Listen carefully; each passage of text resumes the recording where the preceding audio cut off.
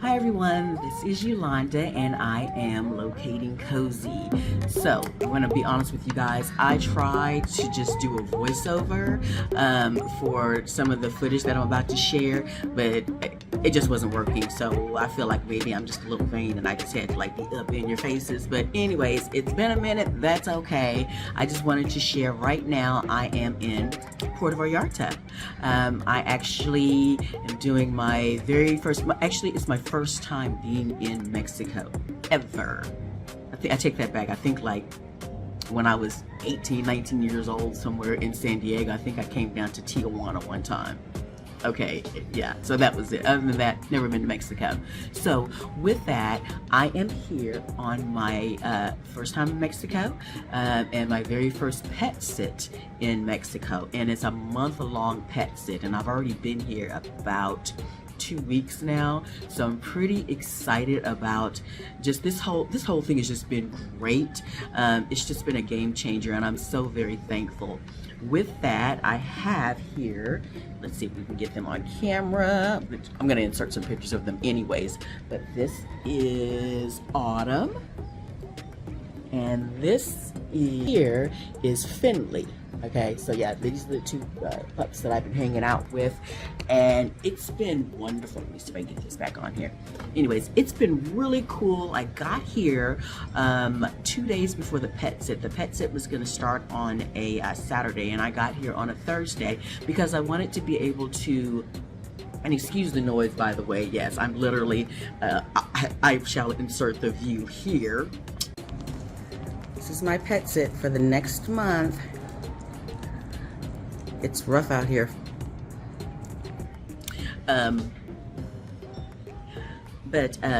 Yeah, I got here a couple of days early because I wanted to, especially me coming to another country and doing a pet sit, I wanted to make sure I met with the homeowner the day before to understand the ins and outs. Of course, we did do a video chat, and she sent like a detailed, she sent details of all the needs of the pets and of the home, and so now I'm here. Now, I did just want to start out by just sharing basically when I got here. I got here on a Thursday, and I came and did the pre-check-in on the Friday before. So I went through and, did the walkthrough and met Finley and Autumn in person and met the homeowner, and who was absolutely wonderful and so sweet, and she was taking off on Saturday.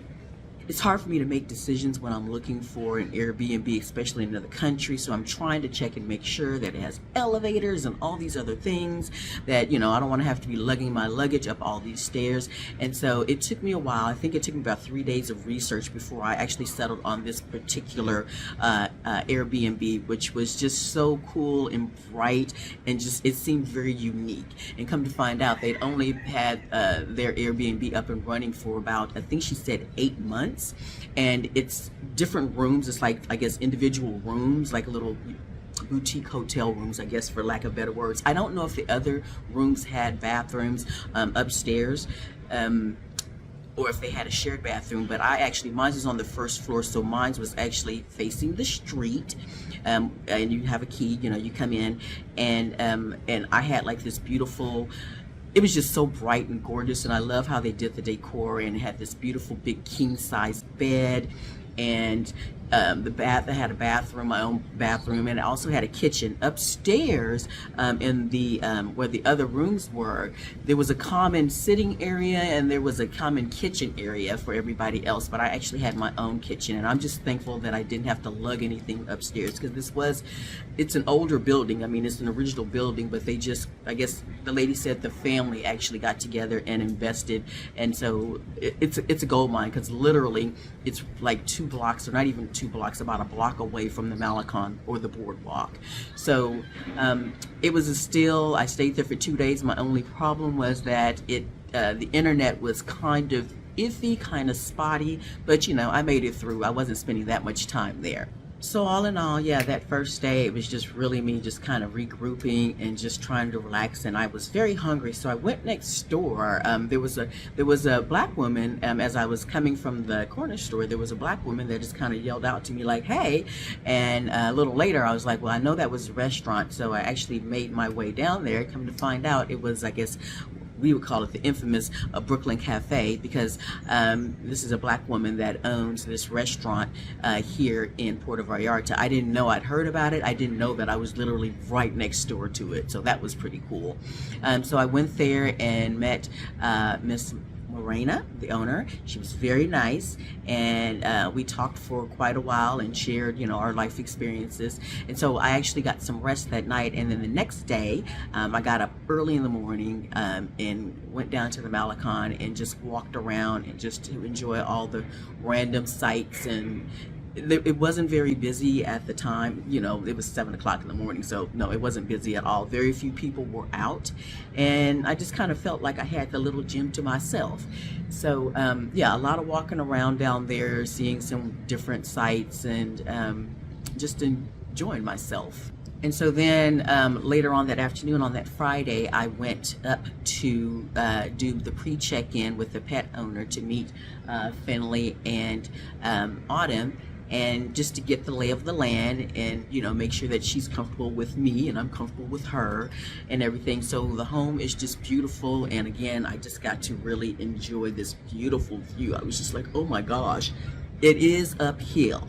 It is very much like mountainside. I call it mountainside. They might call it a hill. I call this mountainside, because there's like, actually you can see right up here, there's like one road that comes up to this particular condo, and yeah, there's some boulders that are like on the side of the road, so that's mountainside. I don't care what you say. And so I was able to get everything settled, make sure that, you know, that I had all the information so that I can actually get in the next day after the homeowner left. Now this is when it gets a little crazy. So here's what happened when I came to check in the day of when the pet sit was to begin. Getting my Uber, I actually got up that Saturday morning and I heard about the farmers market that's down in Lazaro, Parque de Lazaro Cardenas. I think that's how you say it. Anyway, so I did that. I walked over there, got my walk on, came back to the Airbnb, said, okay, let me just go ahead and just pack everything up. Hadn't even showered yet. I was like, I'll just shower once I get up to my to the pet sit check-in. So I wanted to make sure I was on time, but I didn't want to leave my Airbnb too early because, you know, I like to check out right when it's time to check out, right? Okay. So anyways, I contacted Uber, and I headed up there, got all my luggage, and I'm headed up here to my pet sit, and it's like a roller coaster coming up that freaking hill, up these steep streets. But anyways, get up here, and the owner told me that the key would be in a lockbox, and I was like, okay. And I get everything out of the Uber car and I go get the lockbox, go to the lockbox, and I cannot open the lockbox. The code that was given, I could not open to get access to the key. And I tried about a good 4 times, and then I texted the pet owner. Unfortunately, she actually had just left. So I got here at noon and she had just left her home at 11:30 to go to the airport. So I'm texting her and I'm like, hey, I'm here, but I can't seem to get the lockbox open, and I don't know what to do. So she suggested that maybe I get some help from one of the other residents here, and it's very expat. This is very expat building condo. It's like maybe 15 units, and she gave me the name of one of the people, and so I went and knocked on the door, and the lady came out to try to assist, and then there was another neighbor that was there, and they both tried the same code and tried desperately. The gentleman was really trying to help me open this lockbox. It would not open. No, it would not. So I'm texting the pet owner, the homeowner, and just saying like, I can't get in here, and you're at the air. Are you even on the airplane yet? And so she was like, well, I'm going to contact, because she's renting this place. So she said, I'm going to contact the property owner and have them bring you the extra key. She had also said, you know, there was a maintenance guy here on the property, but then the people that were trying to help me said, no, the maintenance guy is actually not even here this weekend. You know, he's off. So she reaches out, the homeowner,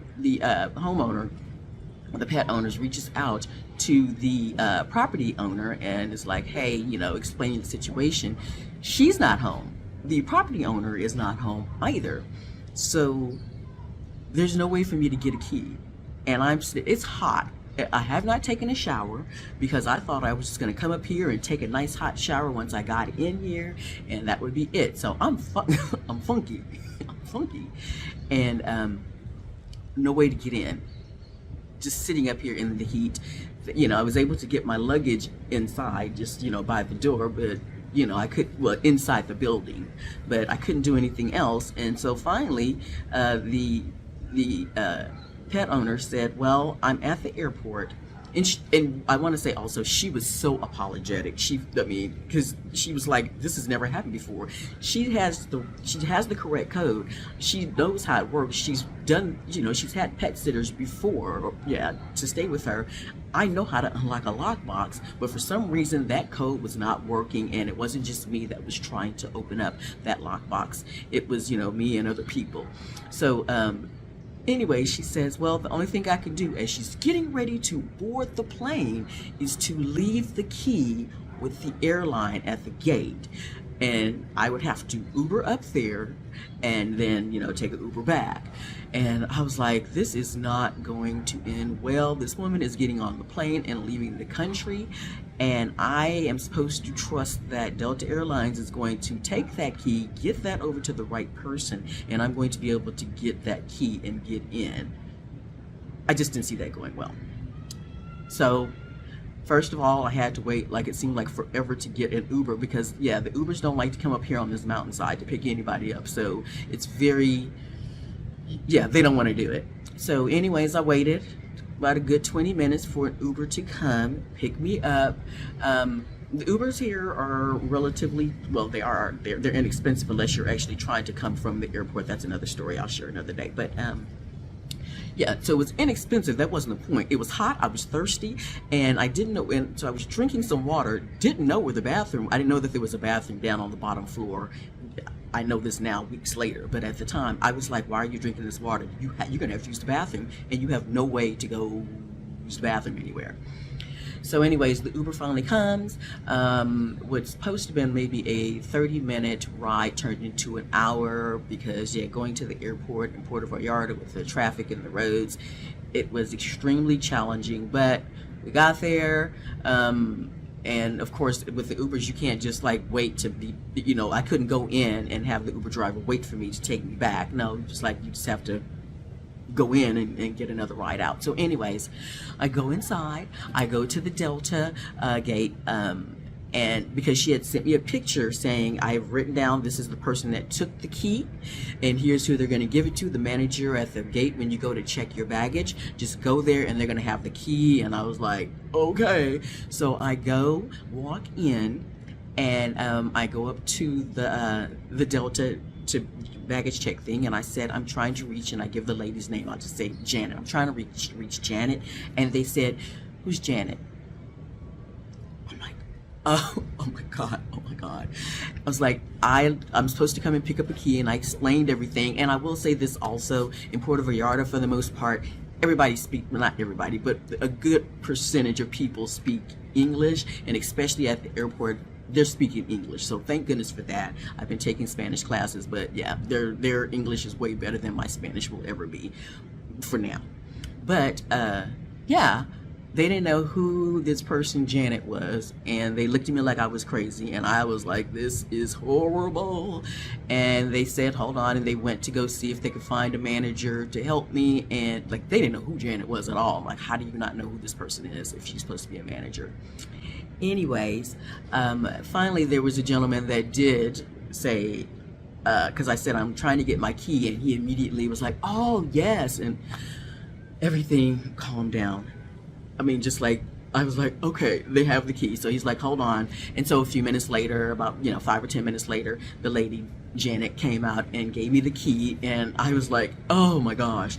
So I made my way back. I had to take a cab back because taking the Uber, that's a whole nother story, because you have to go over a bridge off the airport site before you can actually reach out to contact an Uber. So it was just easier just to go ahead and take a taxi back.